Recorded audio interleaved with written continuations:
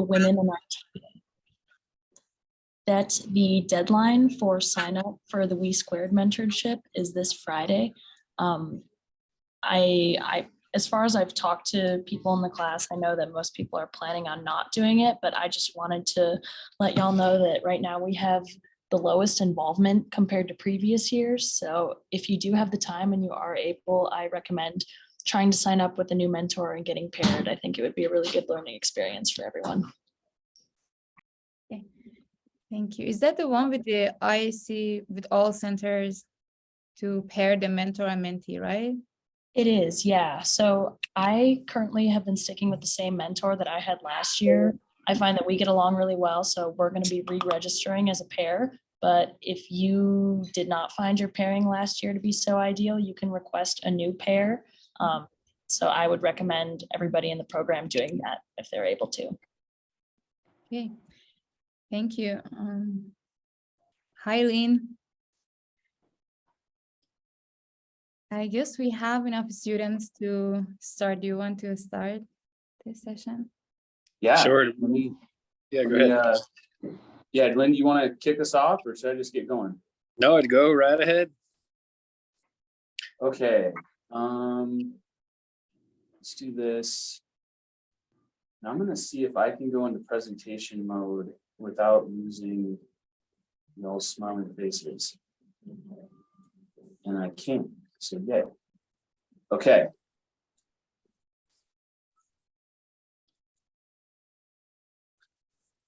Let me know when you guys can see my screen. Yep, I can see it.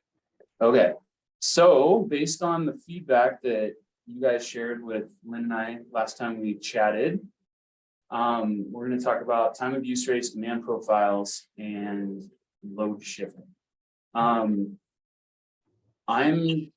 You guys will forgive me, I'm not totally up to speed on what may be new information for you all, what may be something you haven't covered. So I'm going to tend to go fast.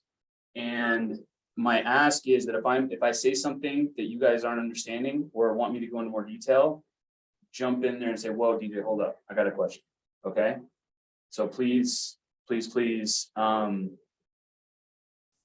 jump in there and ask questions. All right, so let's get going. So a couple of things I want to talk about: time of use rates, just generally what they are. How do you do utility rate switching? What that is? You might call it time of use arbitrage. Demand profiles, what does that mean? And load shifting. So basically changing the demand profile. So what time of use rate? What is a time of use rate? You want to throw in a definition?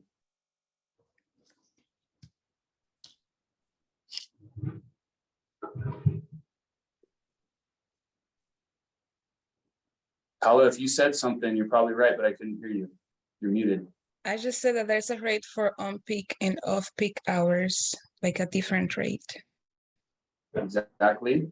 Anybody else want to add to that?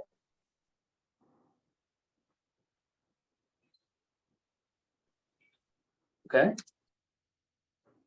So a utility tariff where the demand can vary given a certain time of the day, or energy can be both. Okay. And some of the utility rates in the Mountain West, and we'll talk. So McKinstry's profile serves Arizona, or at least the region that I'm in, Arizona, Utah, Colorado, and Nevada. I know that you guys are focused mostly on Utah, and we will focus on the local Utah tariffs through Rocky Mountain Power, but it can be both demand or KWH. So where are their time of use rates? Arizona, these are the actual tariffs, right? E32 and E35. In Colorado, the Excel primary general has a secondary primary value time of use rate. Nevada has GS2 time of use and GS3. Nevada is crazy. It's also a Pacific Core company. They actually have a mid-peak. So there's an off-peak, mid-peak, and on-peak, making it even more complicated. And then Utah, and we've got the Rocky Mountain Power Tariff 6A, and the Tariff 8 is a natural time of use rate. So This doesn't really matter. I'll go quickly through this. There's KWH on peak in all states. There's mid peak and NV only, off peak KWH, and then KW in all states. And then Nevada, as I said, has the mid peak. So why do utilities provide for time of use rates?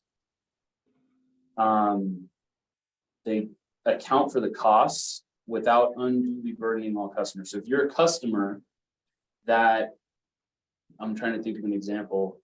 You are a customer of Rocky Mountain Power that owns a bunch of parking lots. And all of your lights in your parking lots are hooked up to a meter. And you would then want to be on a time of use rate so that you're not paying for the on-peak demand charges that the utility has to have for the people that are out there using power in the middle of the day, the air conditioners in buildings, the process loads that you all look at in industrial plants, et cetera, et cetera. So you're getting, as that customer owning a bunch of parking lots throughout Salt Lake City, you would be able to take advantage of that time of use rate and have a much lower utility rate overall than somebody who's making the utility company fire up that peaking generation in the middle of the day. And this isn't a published rate, this is my own opinion, right? I should have qualified this. You know, what do they say when you have like guest editorials in newspapers? The opinions of DJ Huber are his and his alone. So some of these things are my opinions and mine alone. But what I've found in the last 15 years doing energy savings measures is that the utility companies, essentially they're in the game to sell KWH, and companies like McKinstry, groups like the IAAC are coming out and helping clients save energy. I don't think they necessarily want to, but what this does, it makes it more difficult. It's harder to, and especially in the world of energy savings performance contracts where there's a guarantee, it's more difficult to guarantee savings with time of use rates. So implications for project development, or in your guys' cases, the reports and the measures that you come up with, it can reduce the certainty of the savings in dollar value that somebody's going to get. It puts more risk on it. It makes it more difficult. Do you have enough data to accurately baseline your building? If you're going to look at a time of use measure, your monthly utility bills and EUIs may not be enough data to understand what that building's doing throughout the day, which is why we're going to talk about load profiles. Some of the tools, right? BIN models don't work when you're looking at time of use measures. When you guys know what I mean when I say BIN model?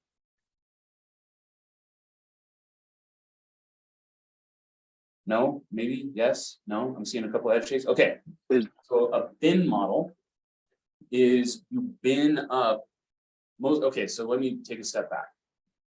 There are calculations that you guys would do for savings, like a lighting calc. What is my KW of my lighting system multiplied by the number of hours? That's the total KWH that I've got before I do a retrofit.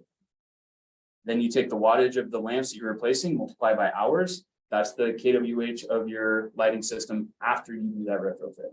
There's no weather basis to that, right? So a lighting system is going to use the same amount of energy, more or less, regardless of what the weather's doing. HVAC measures, on the other hand, cooling, heating, economizing recommendations that we make need to be based on outdoor air temperature at the very least. So when I talk about a bin model, what that means is there are programs out there that will take the typical meteorological year. Are you guys familiar with TMY, typical meteorological year weather data, right? And it'll put it into bins. So the TMY for Salt Lake City, I've got this many hours when the temperature is 0 to 5 degrees, this many hours when the temperature is 5 to 10, this many hours when the temperature is 10 to 15, all the way up to 110, okay? That's a bin model. And then what you can do is you build a spreadsheet calc typically that uses those bins to come up with the KWH of a retrofit for an HVAC measure. But what you don't get with a bin model, unless it's a super sophisticated model, in which case I just say, don't bin your data, just go 8,760 rows in your spreadsheet. is when that hour happens in the day, right? It doesn't tell you naturally, if you got that first bin of 0 to 5 degrees, when does that happen? You don't know necessarily, right? So you can't necessarily do that. So the tools that you're using to do your calc matter when you're going to think about a time of use. And then, do I have all the needed granularity in my rate analysis? So I would say this, as I said before, blended rates are a pet peeve of mine, right? You can't go in and say, hey, this customer is about 11 cents a kWh blended. You can't, it doesn't work that way when you're doing a time of use. And I think we talked about this last time, blended rate, total dollar value of the bill, total kWh, divide the dollars of the bill by the kWh, and you get a blended dollar per kWh for the whole bill. Okay, so just a quick introduction to demand profiles, right? Has anybody ever heard of the phrase duck curve when it comes to load curves? Yep, right, got it, head nods. So typical load profile, the load looks like a duck. And this is, I don't remember exactly where I got this data. But basically it says that, hey, when the building's occupied, the load is higher than when the building is unoccupied. Which is why, one of the reasons why the utility companies provide the time of use rates. Because obviously a lot of buildings have this load profile. A lot of buildings, a lot of customers, a lot of meters have the duck load profile, which means that the utility grid has a similar duck-shaped load profile, which means that the kW or kWh produced somewhere in the middle of the day is going to be more expensive for the utility than a kWh produced at night. If you have the whole fleet of generating assets across the utility profile, they're gonna run their most efficient ones all the time. And then you get into the less efficient. So it's advantageous for the utility to want people to try to drive more usage off peak so that they can take more advantage of those higher efficiency assets and keep utility costs down for everybody. So this is one of the tools. I should have taken this out, but this is an internal McKinstry tool where we have the ability to name the rate based on time of day and day of week.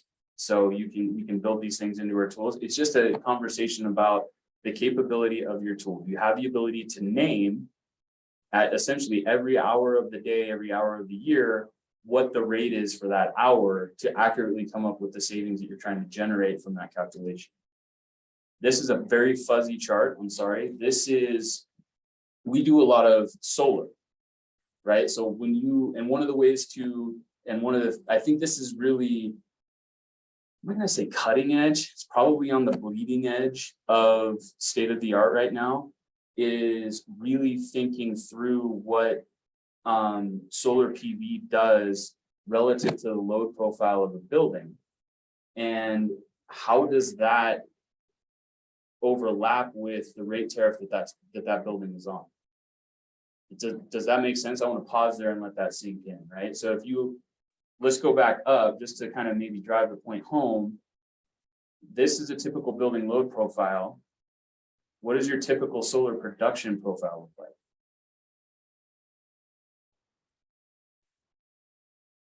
Wouldn't it be similar? Yeah. Right. I would argue that the solar production profile isn't as wide, right? So at least at this building, it started at about 4 a.m. You're not getting a ton of solar production at 4 a.m., right? And it goes to about 9 p.m. You're not getting a ton of solar production at 9 p.m. But in the middle of the day, the solar load profile is probably going to do something like that, or the solar production profile is going to do something like that, right? So if you think about it, let's go back to this guy. The blue is the net demand on a building, and the green is the solar production. Exactly what you said, Paula, right? They overlap. But here's where it gets interesting. What is the net demand? Right? This is where it's pushing back onto the grid. Right? So when you have solar PV, there's certain you're kind of, this is where have you guys ever talked about the double hump camel load curve? Right? Where if you overlap, here I'm going to draw a picture, steal my boss's notebook. Shh. right? So if you have a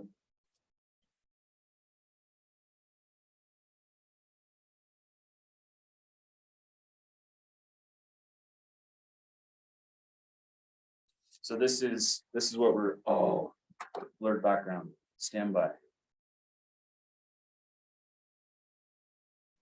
I can't fix that. If you guys read that? No, now it gets blurred right there. Larry. Got it. Okay. So think of it, I'm gonna do some arithmetic with those two curves, right? Those two, this curve plus this curve equals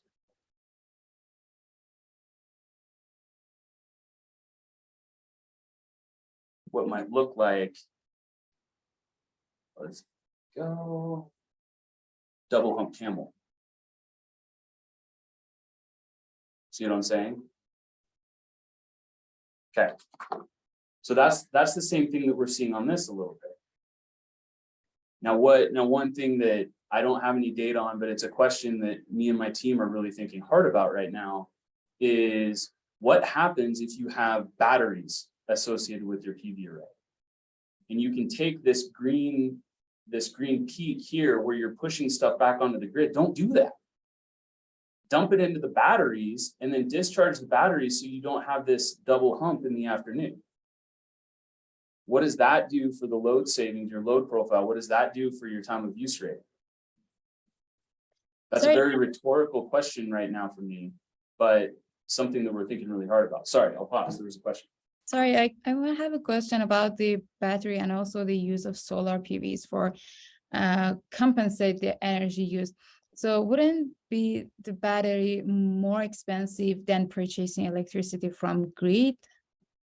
I mean, how do you want to justify the cost analysis of this suggestion? Yes, that's a good question. And if you look at it from the perspective of not being able to take any demand savings, so if you're just using like the Rocky Mountain Power Tariff 6, Tariff 8 with what is it, 4 cents-ish on the kWh, and you're not taking any of the demand savings, absolutely, it wouldn't pay for itself. One of the reasons that we are looking at this in more detail, the Inflation Reduction Act, at a snap, batteries are now 30% cheaper, right? So does that work? I don't know. It may work in some instances. Then you start to factor in, what are you doing with, are you able to totally drop the demand throughout the day? Maybe, in some instances it might work, right? So instead of, to your point, Ellie, instead of batteries never pay, which is an absolutely true statement, if you start, my point is, and the point of this whole presentation is, given time of use rates, are there certain instances when you can bring a client from 6 to 6A, right? Yeah. With batteries, with solar, right? Mhm. Does that get to a point where the whole bundle of measures gets to a payback? And this is a hard thing to sell to clients because, well, batteries don't pay for themselves. By themselves, no, they don't. Absolutely right. Solar, not the best, lowest payback investment. Yeah. Right? So the way I just explained it to somebody today in my office, what we may see is you'll do a measure by itself, very little savings. Batteries by themselves, right? And this is like the cost. Your x-axis, as I go across with my hand gestures, is cost. So you spend a certain amount of cost for batteries, not a ton of savings, right? Yeah. You spend a little bit more cost and add PV, not a ton of savings, depending, right? You might add thermal storage to your building, not a ton of savings. But then maybe you get smart with your control schemes and boom, you are able to go from 6 to 6A and you get a whole ton of savings, right? I feel like, and again, this is what my team and I are contemplating right now, is what happens when you stack all of those measures up and you hit that break point and boom, that whole suite of measures now has a really amazing payback, right? It's sort of like it builds, and it breaks, right? It's not like a typical stack of measures where you're do a little bit, good savings, do a little bit, good savings, do a little bit, good savings, it's like not gonna see a whole lot until you do it all and then you boom, hit it. Very, very good question. Any other questions for discussion?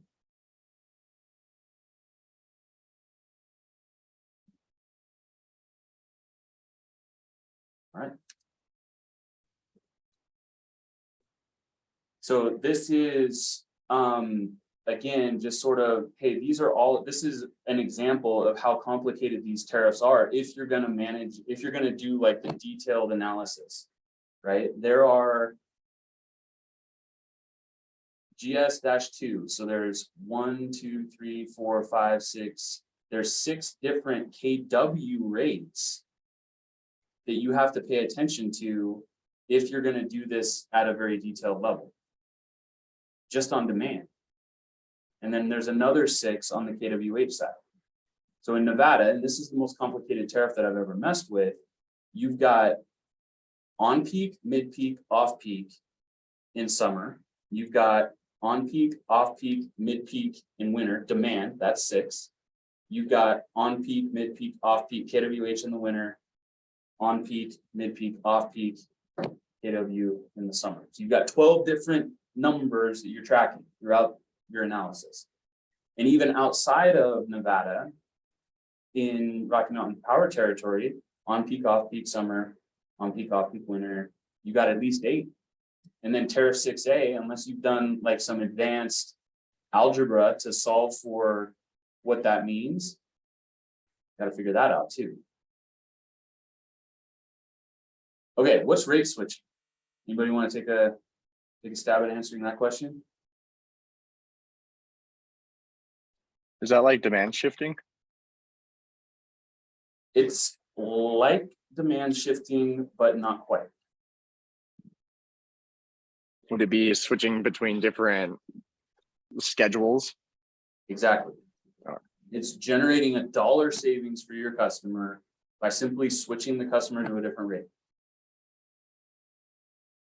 Now, sometimes we walk into opportunities like that. Sometimes a client, I mean, I don't know, let's think of that parking lot example, right?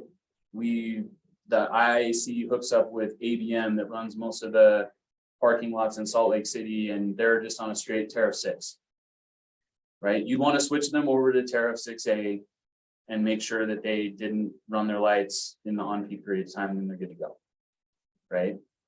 And my point is here, going a little foreshadowing, sometimes we run into situations where just a simple rate switch is a great thing for our customers.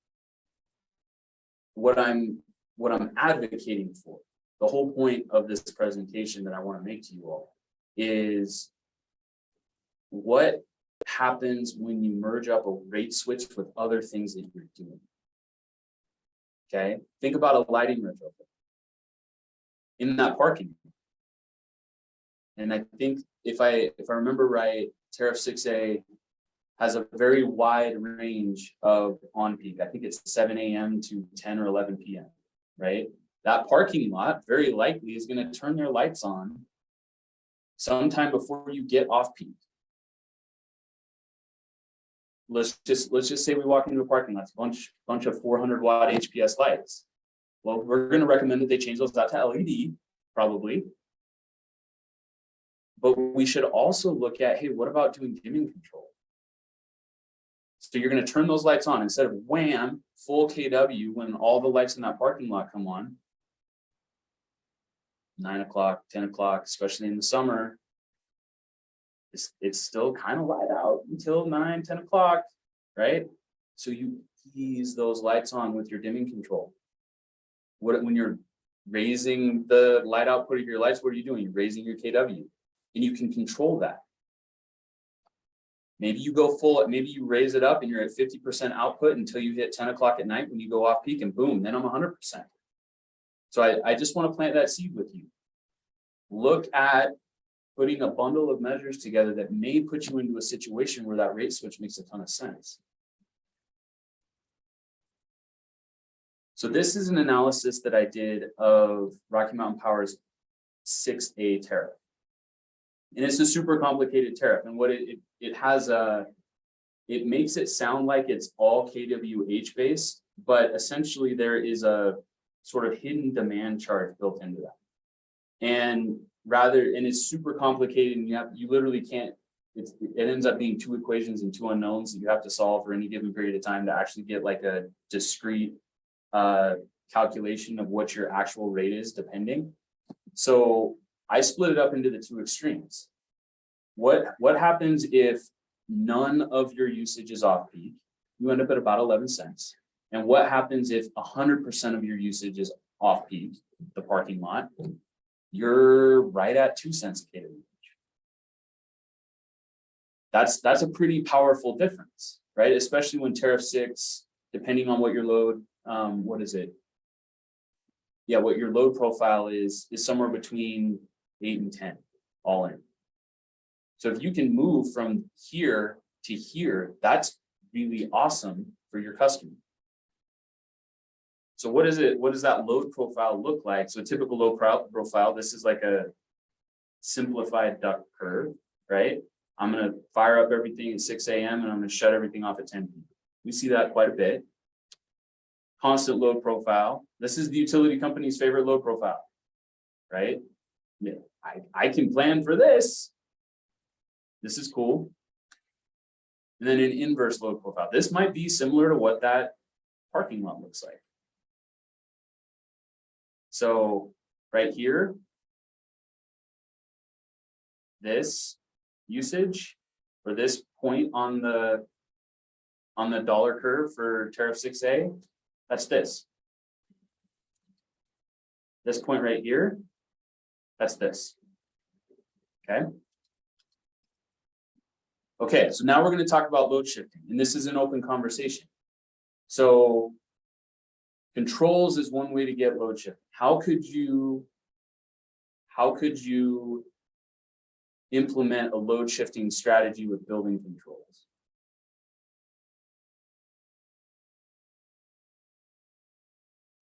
By building control, you mean the like building management systems like a SCADA that based on the demand of a specific equipment, it can shift the operating hour of that equipment to kind of not use that in on-peak hours and shift it to off-peak hours? Yes. Now, I'm hearing you asking that as a question, but you answered the question with that statement. Yeah, exactly. You make your building. So the one example would be, I've got a chiller. I'm starting to hit my peak. And again, Michael, I don't know if Michael said this on this call last time or another internal McKinstry call. With typical demand rates, the whole point is it's very, very difficult to get these demand savings because you only need to mess up for 15 minutes a month and you hit your demand, right?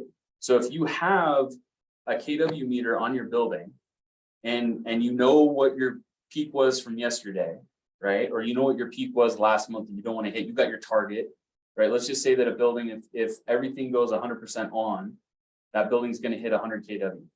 Well, you want to target 80 kW for that building. You're starting to measure that and things are happening in the building. Your chiller's on, right? And maybe you got 2 chillers. And this actually happened at Salt Lake City School District. They've got 2 chillers. The one chiller is going up. It's getting to be about 2 o'clock in the afternoon at a school, right? So you're starting to get close to, kids are going to be going home anyway, right? So about 2:30, the building left to its own devices, right? But let's just say before Ellie comes in and comes up with her awesome load shifting measure, right? That second chiller, boom, would have turned on and you'd have hit 120 kW. Toast, right? Rocky Mountain Power going, gotcha. Okay. But instead, Ellie's like, hey, guess what? If it's after 2 o'clock, I'm going to float, right? I'm 72 degrees in my classroom. Nobody's too terribly uncomfortable. She did a study that said, if I don't turn on that second chiller, it's going to coast up to 74 before the bell rings and those kids go home. And you talk to the principal, they're like 74, he's like 74? Seriously, no big deal, right? So you create a sequence of operation for that chiller plant that says, hey, look, if I'm after 2 o'clock and I'm starting to lose my chilled water temperature, don't turn on this other chiller. Boom, you've got demand savings. Okay. How would batteries help us do load shift? I think I have an answer for this one. Go ahead. So a lot of like the renewable or alternative energy sources like solar power will create an excess of energy during the day.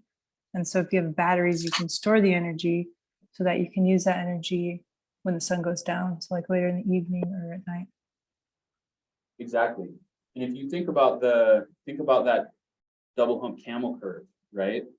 If you can use your batteries to reduce the peaks of those two humps, that's exactly what you're doing, right? And that's a very complicated thing to do, right? If you're thinking about how you program your batteries to charge and discharge, you've got to discharge your batteries enough to reduce the curve after the peak solar output, but still have enough that that the battery's like, okay, I'm done, right? You get to that target, and then the battery's like, I'm not discharging anymore. I'm good to go. And then the battery has to wait all through the night until the load profile comes up again. And then it starts to discharge when that load gets to that target. And you have to have enough juice left in the battery to go through that first hump of the double hump camel, right? Again, this is super complicated stuff, but this is where we're at.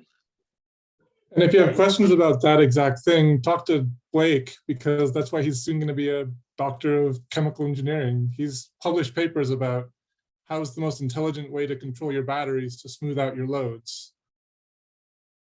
Exactly. This is like PhD level stuff. You guys are lucky to have Blake on your team. Hey, Blake, how should I write this sequence? Right?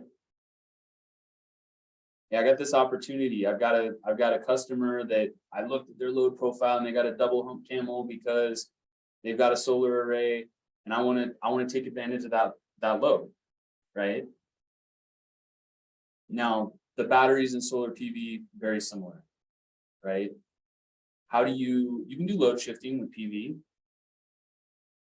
Depends on your tariff. Sometimes the bands of the on peak are too wide. You can't. That's when you would need batteries. But if you had, let's just say, we're in Nevada, and the on peak period of time is from 3 p.m. to 8 p.m. And all you care about is load shifting. Okay, just totally fictitious example.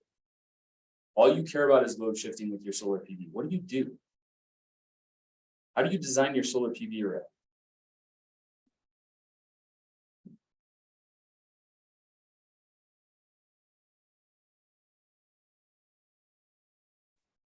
You tilt your panels up a little bit and you point them west. Right? You don't care, I saw the eyebrow raise, Cameron, right? You don't care about your total kWh. You're going to sacrifice kWh generation of your array to offset load. Right? So if you're going to maximize all things being equal with weather, right? If there were no clouds, you point your solar array due south and you tilt it up at latitude. So around Salt Lake City, that means you're going to point it due south and they're going to be tilted at about 40 degrees up. If you're going to offset, if you're going to max, and this is crazy talk, right? Like this may never pay back, but just as a concept, thought experiment, tilt them up more and rotate them to the west so that array is peaking in its output from 3 to 8 p.m. Right? What does that do to, if your standard load profile peaks at solar noon, that new PV array pointed to the west is going to peak later in the afternoon. And what does that do for your load offset? I got a question. So if you had, let's say, solar and batteries, will you point them to the east and let them charge in the morning while let the batteries charge before 3 and then use the batteries from 3 to 8 p.m.? I've not done that analysis. Maybe I would want to do some iterations on my solar design, right? I'd probably do 3. I'd say I'm going to point myself about 20 degrees to the east and see what happens. I'm going to go due south, see what happens. I'm going to point it 20 degrees to the west and see what happens. And then you run it through your algorithm for what that does to your battery charge discharge, and I would see what happens, right? And you'd have to overlay that with a very relatively intelligent, Blake may be able to help out with this, relatively intelligent sequence of operation for the charge discharge of the batteries. I honestly, that's a great question. I don't know the answer. But this is what I'm going to say. This is where state of the art is right now. These are the things that we as climate warriors should be thinking about. How do we take advantage of it? How do we take advantage of the fact that that battery array is now 30% cheaper? How do we take advantage of the fact that I'm trying hard not to disparage the utility company, but when it comes to solar feed-in tariffs, they've stacked the deck against solar. So how do we play by the rules and still win that they've created? You got to think outside the box. What about lighting controls? How would you do a load shift with lighting controls?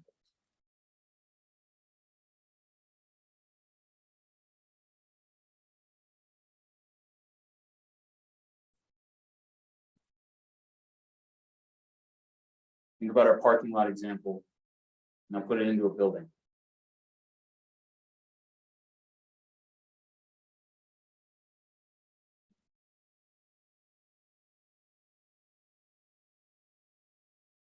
Maybe our building's a parking garage. If you can control basically the amount of energy that's being output, maybe during the day when it's the brightest, when you flip on a light, it's using half as much energy as its brightest setting, you could say. Just kind of like the parking garage. You don't need it to be that bright, but if you do need some light or something, you can just turn on at some specific amount of power instead of at full power. Exactly. And I would add to that, you don't necessarily have to turn it on at a certain amount of power. Dimming lighting controls it can be on and you just dim it. Side question to that, how much does a lighting system need to dim before the human eye perceives it? You guys thought about that? Have you guys learned about that? It's about 10 to 20%. So the easy example to go to your answer, Alex, you're a K-12 school.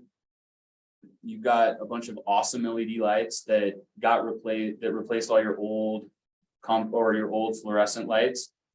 They're already using a ton less KW as the other one was. They're actually brighter. They're better. The teacher is stoked. The kids are stoked. Here's another side comment. Have you guys learned about how the human eye perceives light and how kids perceive light much more sensitively than adults? Do you guys know that? Just like your taste buds.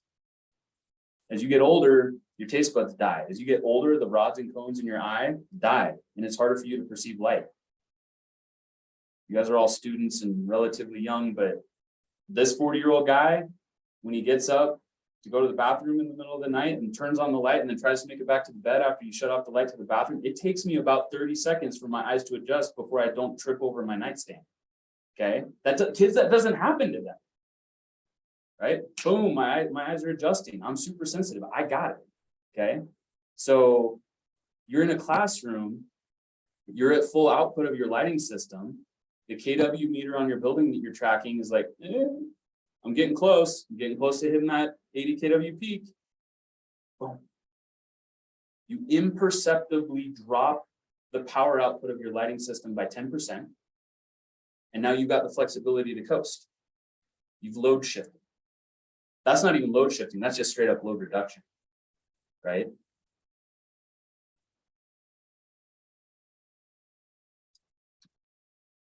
So there are risks to this. I'm going to call this the Michael Reynolds consideration, right? You'll only have to mess up for 15 minutes a month and you've lost your entire savings, right?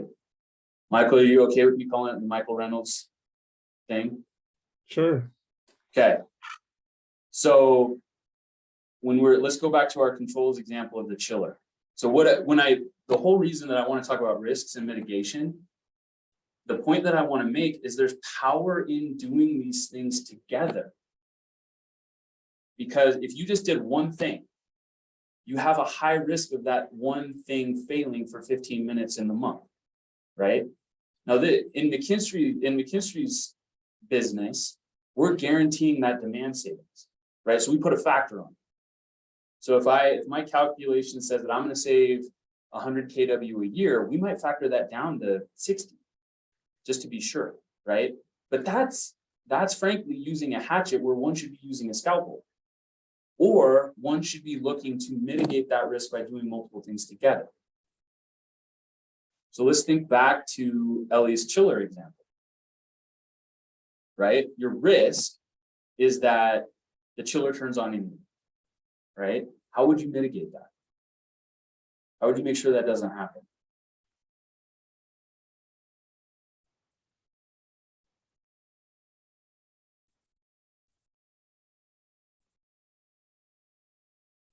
That's actually one of the harder ones to mitigate, right? You've got a big lever arm attached to that chiller. All it has to do is try to start, right? All it has to do is get inrush current. And you're starting to hit that 15-minute peak, right? That's a tough one. So I would argue that the mitigation strategy for that is do some other things too. And maybe have that be the last thing that you go do, right? Batteries. And this has actually happened with a few of McKinstry's clients. I like to say that solar and PV are their own risk mitigation. Or sorry, PV and batteries are their own risk mitigation, right? Up until a couple of years ago, all of the PV arrays that McKinstry installed, we took 0 kW demand savings. Even though we could calculate a demonstrable amount of demand savings.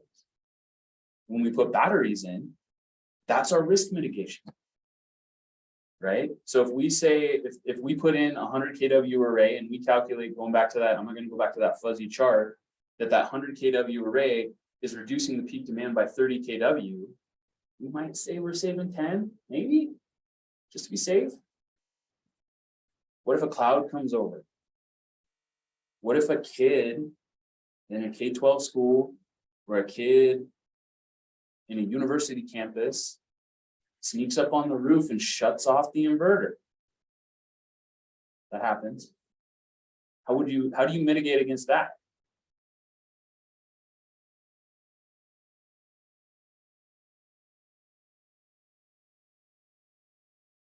And Rocky Mountain Power says you can't put a lock on the disconnect because the power company reserves the right to be able to go shut your system down to do work. It makes sense, right?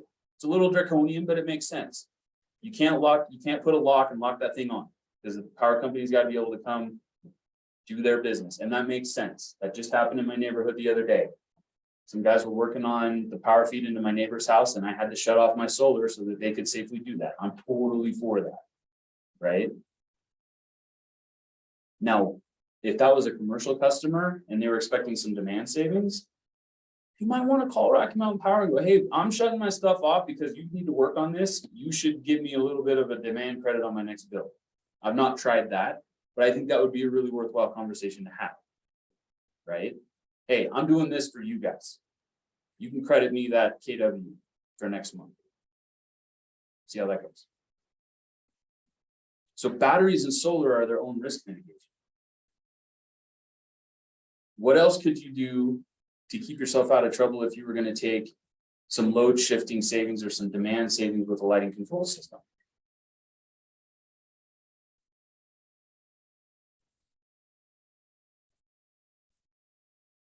Merge it up with Ellie's chiller, right? Do a lighting retrofit with some controls and make sure that that second chiller doesn't turn on from 2 to 3, right? So let's think about that sequence. That super hot day, and it's like field day. And all the kids are running around and they get back into the classroom to mellow out from 2 to 3 and they're super hot. And the study that Ellie did said that, hey, I can pretty much go from 2 to 3 without hitting 74, 75. But these kids are super hot and they're wound up. And at 2:30, it's 78 degrees in that classroom. You should let the chiller turn on, right? Cool, turn on the chiller, dim the lights. That's your risk mitigation. And what does that do? Mellows the kids out, right? Mellows the kids out a little. They're not gonna be running around. It's gonna build on itself. Okay, so super high level, load shifting, time of use, I'm planting a lot of seeds here. Okay, just things to consider. So just to summarize, I got 2 main points. Actually, it boils down to 1. If you're gonna look at doing demand shifting, demand reduction, load shifting things, I guess I'll go back to 2 points.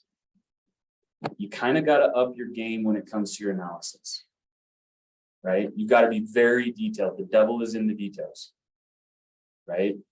Monthly total KWH, that's not going to give you the baseline you need to intelligently make recommendations. You got to look at an hourly, if not 15-minute load profile. That's number 1. And number 2 is their risk. And so you mitigate the risk by doing multiple things together. And the extension of that is there could be certain situations, and you guys are all smart people out there talking to big customers all the time. And if you come up with a situation like this, call me. Hey, I think I can, if I do X, nothing's going to happen. If I do Y, nothing's going to happen. If I do Z, nothing's going to happen. If I do A, guess what? They all work. And a lot of things happen. I don't know how to make that. I need help with that.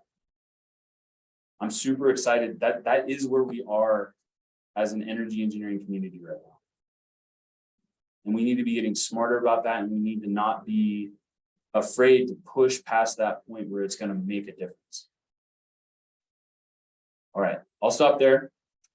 Any last minute questions from anybody?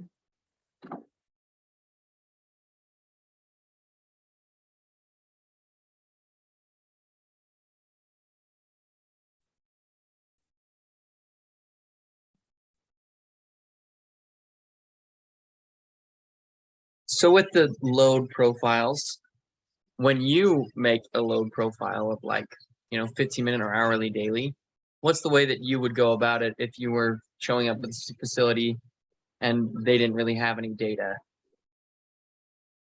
Yeah, so we're actually doing this right now with a couple of clients. We are installing not sub meters because it's not measuring a subsystem of the building, but we're installing non-utility meters essentially in parallel to the main building meter and pulling in that data.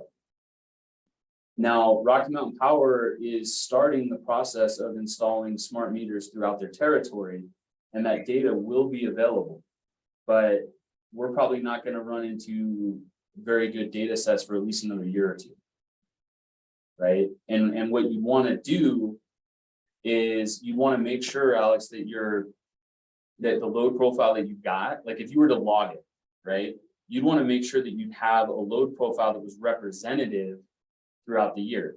So for example, in a K-12 school district, you wouldn't want to go log an elementary school when they're off for winter break. You wouldn't want to log it in the middle of the summer. You would have a non-representative load profile.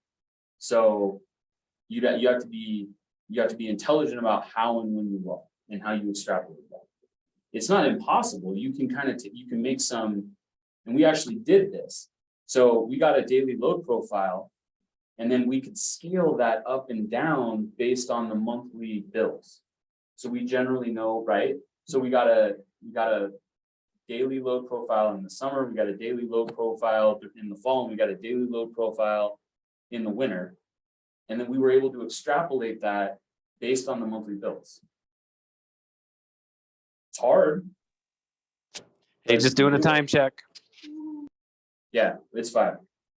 But that's a great question.